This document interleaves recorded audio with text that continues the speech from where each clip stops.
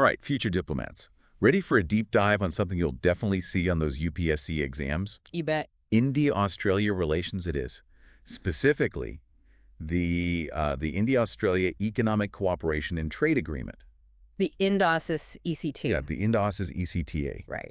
It's all about boosting economic ties, Yeah. aiming for growth, jobs, the whole package. And get this, in just 2 years, bilateral trade has more than doubled. More than doubled, yeah. We're talking textiles, spices, even yoga instructors are finding new opportunities. Absolutely. It's fascinating how this agreement is really designed. It's not just about, those quick wins. It's about setting the stage for deeper integration. So it's a stepping stone. Exactly. Think of the ECTA as the foundation for a more comprehensive agreement later on. Okay, so ECTA first, then something bigger. Yeah, the Comprehensive Economic Cooperation Agreement, the CEC. Okay, ECTA, then CEK.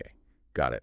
But what does the ECTA actually do? Well, for starters, it's led to some pretty significant tariff reductions. Over 90% of Australian goods now enter India without any tariffs. Wow. And the number is even higher the other way around for Indian imports to Australia, 96%.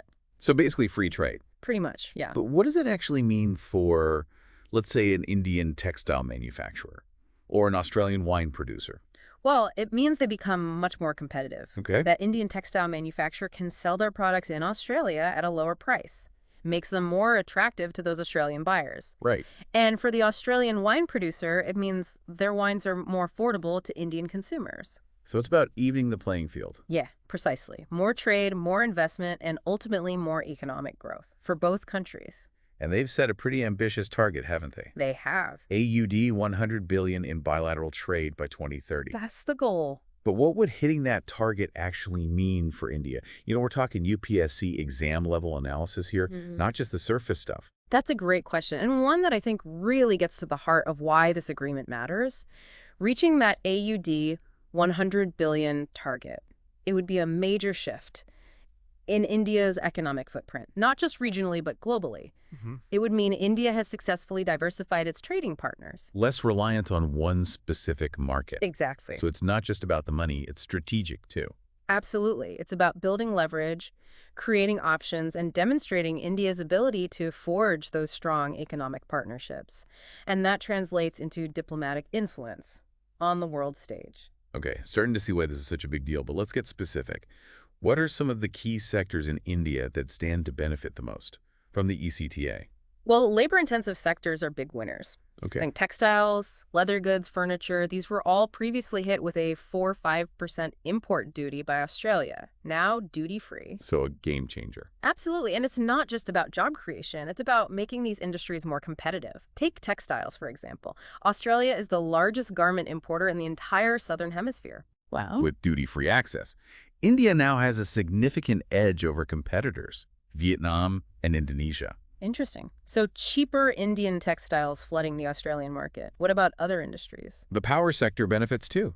Access to cheaper coal from Australia. Okay. Vital imports like LNG, aluminum, manganese, all essential raw materials for a growing economy. So it's not just finished goods. It's about securing the resources that India needs to keep growing. Exactly. And it's not just goods either. The services sector also sees significant gains.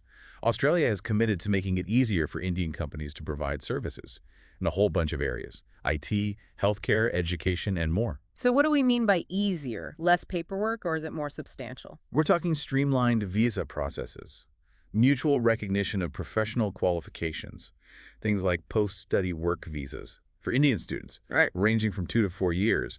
There are even provisions for chefs and yoga instructors. Wow, so there really are opportunities for individuals, not just big corporations. That's great. It's about fostering those people-to-people connections, which ultimately leads to a stronger relationship.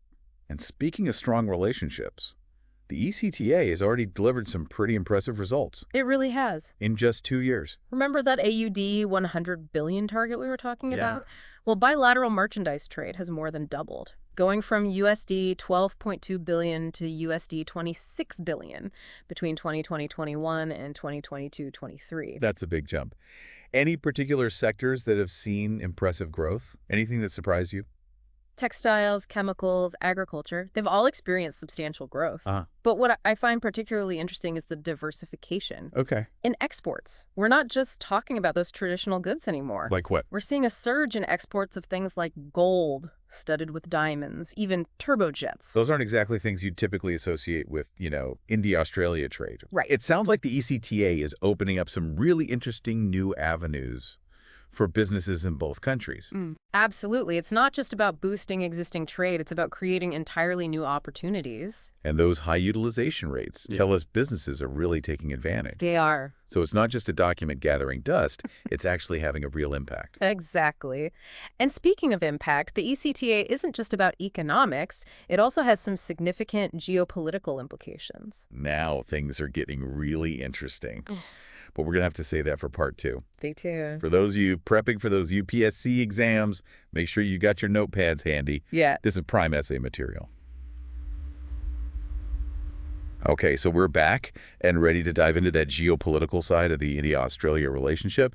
Before we went to took a pause there, we were talking about those economic wins of the ECTA. Right. But as you mentioned, this agreement has implications that go way beyond just dollars and cents. Absolutely. I mean, the ECTA, it's really a sign of a deepening strategic partnership between these two key players, India and Australia, in the Indo-Pacific region. Okay, Indo-Pacific. We hear that term all the time these days. For those listeners who might need a refresher, why is it so strategically important? And what role do India and Australia play? Well, the Indo-Pacific, it's home to, some of the world's most dynamic economies, crucial maritime trade routes. Right. It's also a region that's witnessing, a real shift in the balance of power. China's influence, growing influence, it's causing a lot of concern for other countries. So that's where this strategic partnership comes in. Exactly. Between these two countries. Both India and Australia are really committed to a free and open Indo-Pacific. Okay. One where all countries can prosper and cooperate, without coercion or intimidation. It sounds like a tough balancing act, wouldn't you say? Yeah. India needing to maintain good relations with China, a major economic partner, but also addressing those concerns. About China's assertiveness in the region, how does Australia fit into that? Yeah, that's a great observation. India's approach, it's often described as multi-alignment, engaging with multiple partners, including China, while also strengthening ties with countries that share its vision. Oh, it's Australia. Like Australia, a rules-based international order. Right. Australia, with its strong economy, those close ties to the U.S., it's a valuable partner for India in this whole balancing act. So the ECTA is kind of a way of, signaling to China. Like, hey, we've got options, other friends on the world stage. You could certainly interpret it that way. It's about demonstrating that India isn't going to be isolated or pressured, It has the diplomatic and economic leverage to forge its own path in this really complex, dynamic region. So we've got the economic benefits, we've got that strategic signaling to China, but there's more to it than that, right? Yeah. What about those shared values between the two countries? How do those play a role? Shared values are absolutely crucial. Yeah. Both India and Australia are vibrant democracies, strong commitment to the rule of law, a free press. And those shared values, they really create this level of trust and understanding that goes beyond just those, economic or strategic interests. So it's not just about convenience. It's more about a genuine alignment. Exactly. And that makes the partnership more resilient, more likely to kind of weather those storms that might arise in the future. Right, because every relationship has its challenges. Yeah. What are some of those potential, challenges or points of friction that India and Australia might face as this partnership grows? Well, despite those shared values, they do have different historical experiences and strategic priorities. Yeah. India, as a large developing country, often prioritizes its own economic development, strategic autonomy. Australia, on the other hand, it's a close ally of the United States, tends to view those regional security challenges through that lens. So there could be situations where their views on how to address a specific issue might not be totally aligned? Yes, that's possible. They might have different perspectives on how to manage the rise of China or how to respond to a particular security crisis in the region. So how do they work through those differences? Is it just finding compromises? Or is there a risk that those disagreements could undermine the partnership? Well, I think the key is open communication, Yeah. willingness to understand each other's perspectives, and really a focus on finding that common ground wherever possible. The fact that they're engaging in these difficult conversations, I think that's a positive sign. Hmm. It shows that they're committed to, working through their differences rather than letting them just kind of fester. So communication and compromise. Yeah. Sounds like a good recipe for any successful relationship, whether it's personal or professional. But let's bring it back to our listeners. Those UPSC aspirants. How should they think about this India-Australia partnership in the context of India's overall foreign policy strategy?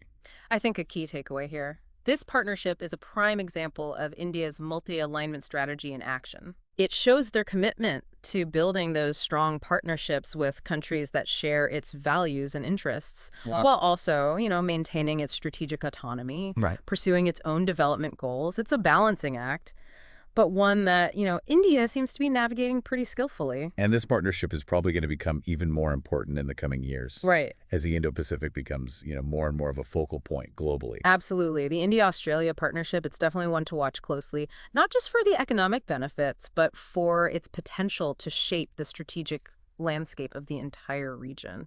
Okay, so we've covered the economic benefits, the geopolitical significance of this partnership, even touched on some of those potential challenges.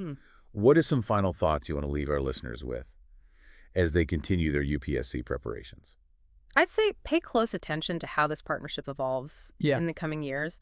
It's dynamic, it's evolving, it has the potential to reshape the strategic landscape of the Indo-Pacific and beyond. Think about the implications for India's role in global institutions, its defense partnerships, its ability to, project influence on the world stage. That's great advice. We've definitely given our listeners a lot to think about today. Hopefully enough for a few solid UPSC essay answers. But before we wrap up, I want to make sure they know how to stay connected and get more of these analyses. Absolutely. We love sharing these insights, helping you all prepare for those exams. So make sure you hit that subscribe button. Give us a thumbs up if you found this deep dive helpful. And don't forget to share with your fellow UPSC aspirants. The more the merrier. We'll be back next week with another deep dive into a topic that I'm sure will be on those exams. Until then, happy studying. Okay, so we've covered a lot of ground today. The economic nuts and bolts of the ECTA, the strategic, dance between these two countries in the Indo-Pacific, and even some of those bumps in the road. But before we wrap up this deep dive, I want to make this as useful as possible for our listeners, who are prepping for those UPSC exams. Yeah, let's turn this knowledge into something they can really use on exam day. Okay, so let's put on our UPSC examiner hats for a minute. What kind of questions might our listeners encounter related to this partnership? Ooh, fun. Okay, how about analyze the role of the India-Australia ECTA in advancing India's Act East policy. Discuss the economic and strategic implications. That's a good one. Forces you to think about how it all fits into the bigger picture. What else you got? All right, to what extent can the India-Australia partnership contribute to a stable and inclusive Indo-Pacific? Discuss the potential challenges and opportunities. Ooh, that's a tough one. Really makes you think about the nuances, doesn't it? Yeah, it's not all, perfect. There are those challenges, and I think that's what those UPSC examiners are looking for. They want to see critical thinking, not just, memorizing facts and figures. Right. Weighing different perspectives, being able to analyze complex issues. Exactly. All right, so to all our listeners out there hitting the books, take note. This India-Australia relationship is one to watch. Definitely. Dynamic, it's evolving, and it really could reshape the strategic landscape of the whole region. And, remember, successful diplomacy isn't just about, memorizing treaties or trade figures. It's about understanding those motivations, the context, the potential for both cooperation and competition. Yeah, great point. Well, we've given you plenty to think about today. Now it's your turn.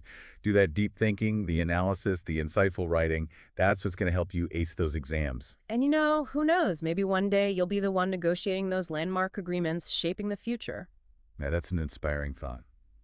So to all our aspiring diplomats out there, keep learning, keep exploring, and we'll be here to help you every step of the way. Absolutely. And if you found this deep dive helpful, don't forget to hit that subscribe button and give us a like. Really helps us reach more UPSC aspirants, just like you. We'll be back next week with another fascinating topic. Until then, happy studying.